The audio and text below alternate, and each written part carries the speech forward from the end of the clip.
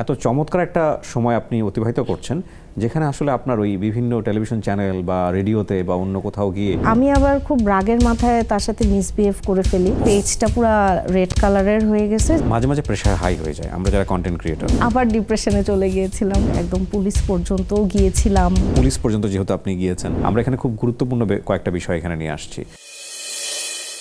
এখনকার ইনকাম কিরকম Facebook YouTube মিলে?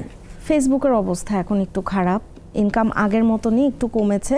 ইউটিউবেরটা আমার কাছে মনে হয় যে একরকমই আছে, কনসিস্টেন্স। হ্যাঁ, খুব যে বেশি আসে এমন না, বাট তাও ভালো যে কনসিস্টেন্ট জিনিস। সো আমি যদি এখন আপনার রেভিনিউ বলি মান্থলি, আমরা কি 2.5-3 লাখ বা 5 লাখ এরকম বলতে পারবো? যদি ব্র্যান্ডের গুলো আবার অ্যাড করি তাহলে ভালোই।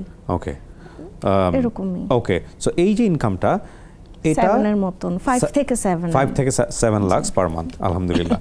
চাকরি করে এটা কি পরিমাণ সম্ভব? হতো না, একদমই সম্ভব ছিল না। কিন্তু আমাদের কিন্তু মাঝে মাঝে প্রেশার হাই হয়ে যায় আমরা যারা কন্টেন্ট ক্রিয়েটর।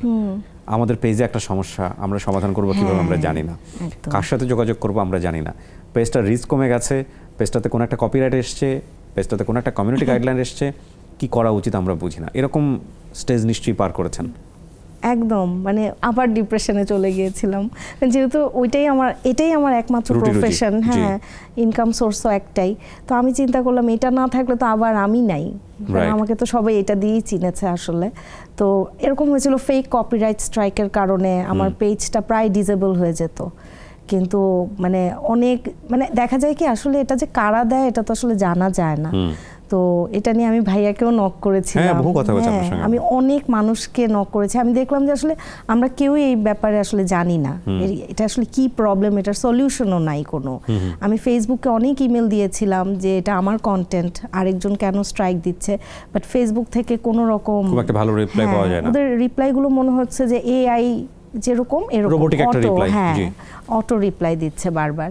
তো কোনো সলিউশন পাইনি, লাস্টে একজনকে অনেক টাকা দিয়ে তারপরে এই স্ট্রাইকগুলো উঠাতে হয়েছে।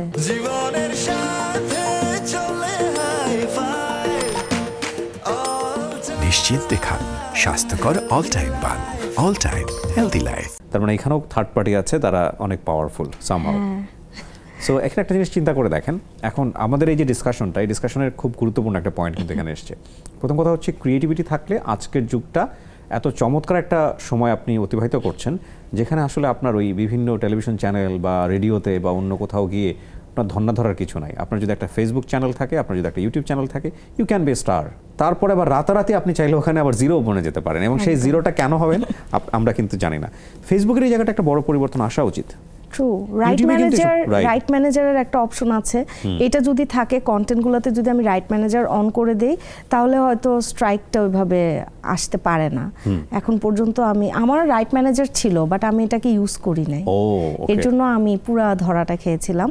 তো 13টা কপিরাইট স্ট্রাইক চলে আসছিল, পেজটা পুরা রেড কালারের হয়ে গেছে, যেটা যে কোনো সময় ডিসেবল হয়ে যাবে। আচ্ছা, পরে অনেক জায়গায় ঘোরাঘুরি করে একদম পুলিশ পর্যন্ত গিয়েছিলাম, অনেক, কোনো লাভই হয়নি। আচ্ছা, এখানে আরেকটা বিষয় আমরা একটু আসতে চাই। আমাদের এখানে পুলিশ পর্যন্ত যেহেতু আপনি গিয়েছেন, কতটুকু আসলে সিকিউরড আমাদের এই কাজগুলা, মানে পুলিশের জায়গা থেকে সহায়তার জায়গাটাও কতটুকু আমরা পারফেক্টলি পাই? না, এই জিনিসগুলো অনেকে বুঝেই না এখনো। আমার কাছে মনে হয় বাংলাদেশে এগুলোর সাথে অনেকেই ইউজ টু না, যেটার সলিউশন কি হতে পারে, প্রবলেমটা কি বোঝাতেই অনেক টাফ হয়ে যাচ্ছিল আমার ক্ষেত্রে। তো যাক, পরে আমি একজনকে, এরকম অনেকেই আছে যারা নাকি বলে যে আপু আমি স্ট্রাইক তুলে দিতে পারবো, এটা আরেকটা বড় সমস্যা। হ্যাঁ, তো পেমেন্ট, আবার যে স্ট্রাইক দিয়েছে সেও আমার কাছে টাকা চাচ্ছিল। তো আমি চিন্তা করলাম সে আমার কাছে অনেক টাকা চাচ্ছিল যে স্ট্রাইক দিয়েছে। আমি আবার খুব রাগের মাথায় তার সাথে মিসবিহেভ করে ফেলি, তারপরে দেখি আরো 4টা স্ট্রাইক আসে এরকম। পরে আরেকজনকে দিয়ে স্ট্রাইকগুলো আমি তোলাতে হয় এবং তাকেও আমার টাকাই দিতে হয়। তারপরে এরপর থেকে তো আমি রাইট ম্যানেজার সবসময় অন করে রাখি, আর দেখা যাক কতদিন আসলে এইভাবে টিকে থাকা যায়। এই জায়গাটা প্রচন্ড ভালনারেবল। ফেসবুকেরও এমনিতেও মানে এটাকে বলে সাপোর্ট সেন্টারটা, এটাও কিন্তু বাংলাদেশে খুব একটা একদমই না, রাইট, কোনো হেল্প পাওয়া যায় না। সো আমি একটা সাম্রাজ্য গড়ে তুললাম, কিন্তু সেটা সিকিউরিটির কারণে যে কোনো সময় ধূলিসাৎ হয়ে যেতে পারে। এটা একটা ফেসবুকের একটা বিশাল দুর্বলতা। আমি জানি না ইউটিউবে কখনো আপনি ধরনের সমস্যা ফেস করেছেন কিনা? ইউটিউবে একদম মানে ডাইরেক্টলি কমিউনিকেট করা যায়, রাইট। ওনাদের ওখানে লোকই থাকে, তাদের সাথে চ্যাট করা যাচ্ছে, রাইট মানে অনেক আমি হেল্প পেয়েছি ইউটিউবে। রাইট দেখা গেছে আমার কন্টেন্ট নিয়ে আরেকটা চ্যানেল আপলোড দিচ্ছিল এবং ওইটা থেকে আবার সে রেভিনিউ আর্ন করছিল। হ্যাঁ তো আমি আবার এটা ইউটিউবে কমপ্লেন করার পরে তারা সাথে সাথে ওই চ্যানেলটাকে দেখি যে আর নেই, হ্যাঁ একদম নেই ওই চ্যানেলটা আর। রাইট, এবং এইটাই হচ্ছে কম্পারেটিভলি সুবিধাটা, মানে আপনারা যদি কেউ ক্যারিয়ার করতে চান যে আমি আসলে সোশ্যাল মিডিয়া কেন্দ্রিক ক্যারিয়ার করব, তাহলে আপনার এই প্রজ অ্যান্ড কনসগুলো জানা উচিত। আমরা এখানে খুব গুরুত্বপূর্ণ কয়েকটা বিষয় এখানে নিয়ে আসছি। একটা হচ্ছে ফেসবুকের এত বড় একটা প্রবলেম, সেটার জন্য থার্ড পার্টির সহযোগিতা নেওয়া যায়। সো এই থার্ড পার্টিরা কারা সেটা বের করাটাও কিন্তু আপনার জায়গা থেকে খুব মুশকিল। কেউ এসে বলবে ভাই আমি সলভ করে দিতে পারবো, আমি সলভ করে দিতে পারবো, আপনি কাকে দিয়ে আসলে সলভ করাবেন, দেখা গেল সেখানেও আপনি বিপদে পড়তে পারেন। কিন্তু ইউটিউবের ক্ষেত্রে ডেফিনেটলি এটা অন্যরকম একটা জগৎ, এবং এই জন্য কন্টেন্ট ক্রিয়েটরদের মনে হয় ইউটিউবই সবচেয়ে পছন্দের জায়গা। হ্যাঁ আমার যে ইনকাম ওখান থেকে এত কম আসে কম্পেয়ার টু ফেসবুক ইনকাম, কিন্তু আমি কিন্তু হ্যাপি যে আমার ফেসবুক না থাকলেও কম আসুক, বাট আমি ইউটিউবে অ্যাক্টিভ থাকবো এরকম। বাট যতদিন ফেসবুক আছে এটাকে কাজে লাগিয়ে যাব। জীবনের সাথে চলে হাই-ফাই, নিশ্চিন্তে খান স্বাস্থ্যকর অল টাইম পান, অল টাইম হেলদি লাইফ। এখানে আরেকটা প্রশ্ন আসতে পারে আমাদের দর্শকরা যে ততক্ষণ দেখছেন, যে অনেকের মনে হতে পারে থার্ড পার্টি আসলে কারা। থার্ড পার্টি যে কারা এটা আসলে বলা যায় না। হ্যাঁ, থার্ড পার্টি আসলে যে কেউই হইতে পারে, এবং থার্ড পার্টি আসলে কিভাবে কাজ করছে, কার মাধ্যমে কাজ করছে, সে ফেসবুকের কাছ থেকে বা সোশ্যাল মিডিয়ার কাছ থেকে কীভাবে সুবিধা নিচ্ছে, এটা আসলে বলা খুবই মুশকিল।